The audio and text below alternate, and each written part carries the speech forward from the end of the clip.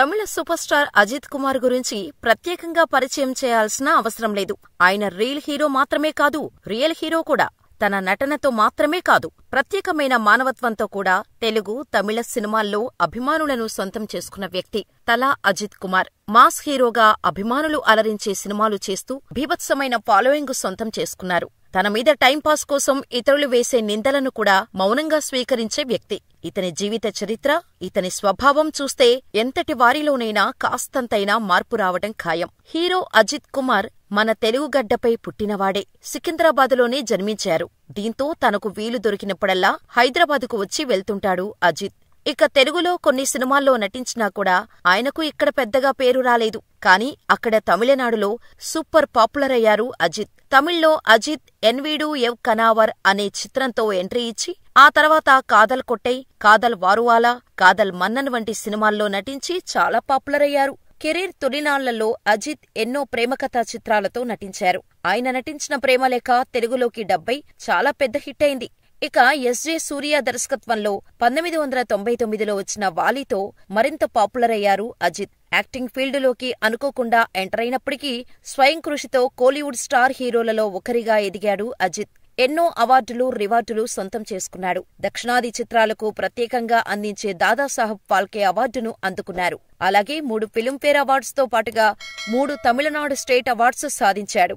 అజిత్ తన కోస్టార్ అయినటువంటి శాలినిని లవ్ చేసి మ్యారేజ్ చేసుకున్నాడు. 1999లో అమర్కలం సినిమాలో కలిసి నటిస్తున్న సమయంలో వీరి మధ్య పరిచయం ఏర్పడగా అదే ఏడాది జూన్లో శాలినికి అజిత్ ప్రపోజ్ చేశాడు. 2000 సంవత్సరంలోని ఏప్రిల్లో పెళ్లి చేసుకుని కొత్త జీవితాన్ని ప్రారంభించారు. వీరికి అద్విక్ కుమార్, అనౌష్క అనే 2 పిల్లలు కూడా ఉన్నారు.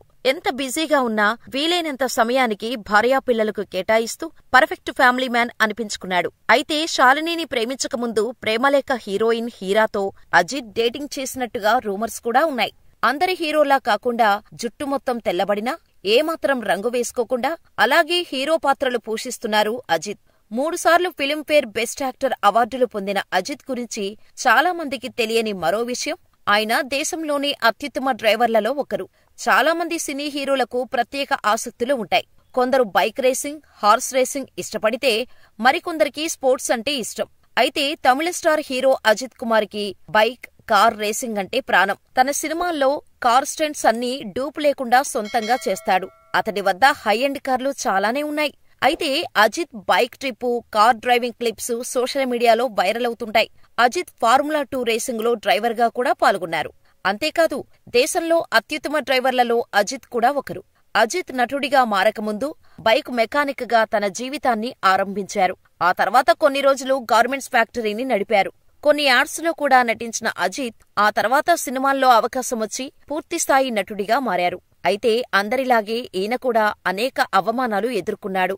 అతని సినిమా కెరీర్ మొదట్లో సరైన హిట్టు లేక నిలదొక్కుకోవటానికి ఇబ్బందులు పడుతున్న నేపథ్యంలో తమిళ జర్నలిస్టులకు, ప్రత్యేకించి గాసిప్స్, చెత్త, కల్పిత కథనాలు రాసుకునే మ్యాగజైన్లు అజిత్ను తేలికగా తీసుకున్నాయి.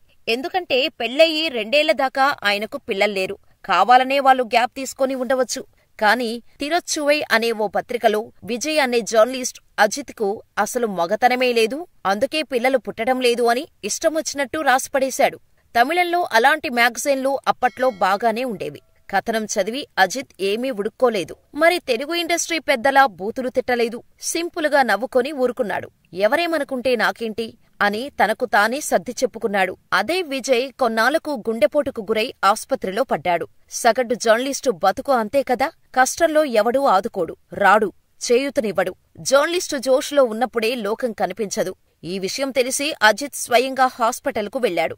అతన్ని పరామర్శించి 2 లక్షలకు పైగానే డబ్బు ఇచ్చాడు. వాడికి నువ్వు సాయం చేయడమేమిటి అని పిఆర్ఓ ఎవరో అడిగారు. బలంగా ఉన్నప్పుడు గొడవపడవచ్చు. నేను అది చేయలేదు. పైగా తను నిస్సహాయంగా బెడ్ మీద పడుకున్నాడు. ప్రతీకారం తీర్చుకోవాలనుకుంటే అది అమానుషం. పర్లేదు, ఇలాంటప్పుడు మనం సాయం చేస్తేనే నిజమైన మనుషులం అన్నాడు. ఈ ఒక్కటి చాలు తను ఎంత ఎత్తులో నిలబడ్డాడో చెప్పటానికి. తను బోలెడు గుప్తదానాలు చేస్తాడు. ఒక్కటీ చెప్పుకోడు. తన స్టాఫ్కు ప్రత్యేకంగా ఇళ్లు కట్టించాడు తను. ప్రత్యేకించి మన సౌత్ హీరోలు కొందరు తత్వాలను గమనిస్తూ ఉంటాం కదా, ఒకసారి అజిత్తో పోల్చుకుంటే అవి చాలా చిన్నవేమో అనిపిస్తాయి. సేవా కార్యక్రమాలతోనూ అజిత్ అందరికీ ఆదర్శంగా నిలుస్తూ ఉంటారు. సెలబ్రిటీ స్టేటస్లో ఉండి కూడా దాన్ని ఎక్కడా ప్రదర్శించకుండా మ్యాన్ ఆఫ్ సింప్లిసిటీ అని అనిపించుకున్నాడు. కరోనా సమయంలో తన వంతుగా 1,25,00,000 రూపాయల విరాళాన్ని అందించి తన గొప్ప మనసును చాటుకున్నాడు. ఈ కథ మనకు చెప్పేదేంటంటే, ఒక సూపర్ స్టార్ మాత్రమే కాదు, మనిషిగా కూడా అజిత్ ఎంతో విలువైన వ్యక్తి. ఆత్మసంపూర్ణత, నైతికత మరియు విజయానికి గల సాంకేతిక దృష్టి ఆయన జీవితానికి దార్శనికతను తెచ్చింది. అందుకే అజిత్ గురించి చెప్పదలిచిన ప్రతి మాట నీతి, ఔదార్యం, క్రమశిక్షణలతో ఇతరులలో చలనం తీసుకువస్తుంది.